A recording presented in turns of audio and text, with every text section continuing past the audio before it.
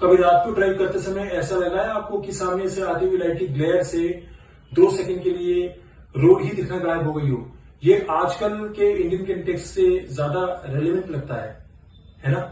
ये देखिए, असल बीम, और इसके रेफरेंस में हमें 2 बातें और भी जानना बहुत जरूरी है। सबसे पहले, इस तरह की सॉफ्ट व्हाइट एलईडीज इंडिया के स्पेसिफिक वेदर कंडीशंस में ग्लेयर और बैक स्कैटर को काफी बढ़ा सकती हैं।